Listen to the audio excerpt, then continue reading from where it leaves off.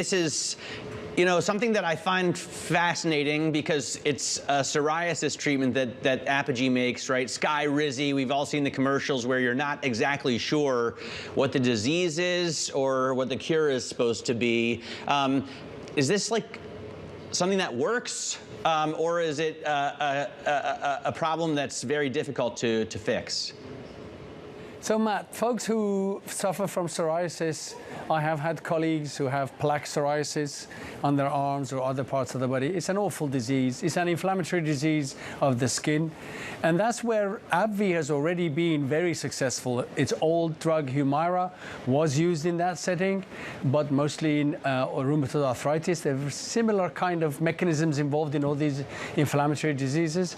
And then now, of course, Skyrizi is a big one there. What they're acquiring today is atopic dermatitis, known to mere mortals like you and I as eczema.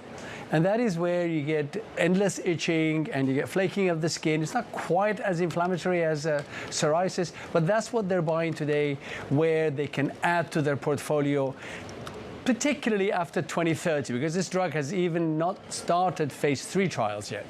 So if Skyrizi for AbbVie before was their blockbuster medication, Sam, how do these companies like AbbVie analyze and look at portfolios of what they're acquiring to try to pick out what could be the next blockbuster? What are sort of the characteristics that someone like an AbbVie would look for? I think what they've gone for here is the fact that this is a treatment that you can take possibly every 3 months or even every 6 months. It's an injection, but every 6 months, and you're somebody who suffers from itchy skin, that really does interfere with your normal life. You can get very severe atopic dermatitis, eczema.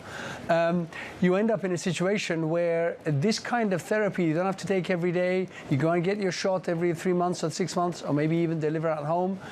You've got a situation where you've really are helping the patient significantly here. Other drugs, the key one that they'll be competing with, if they succeed in phase 3, is Sanofi's Dupixent. Of course, Sanofi had its own news today, changing the head of R&D. So that share price is under pressure here with AbbVie, who is a behemoth in the world of immunology and inflammation.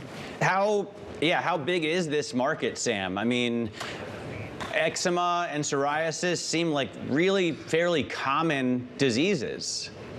They do, and then add to that rheumatoid arthritis, add to that Crohn's disease, add to that ulcerative colitis. These are significant burdens on society and folks who suffer from them.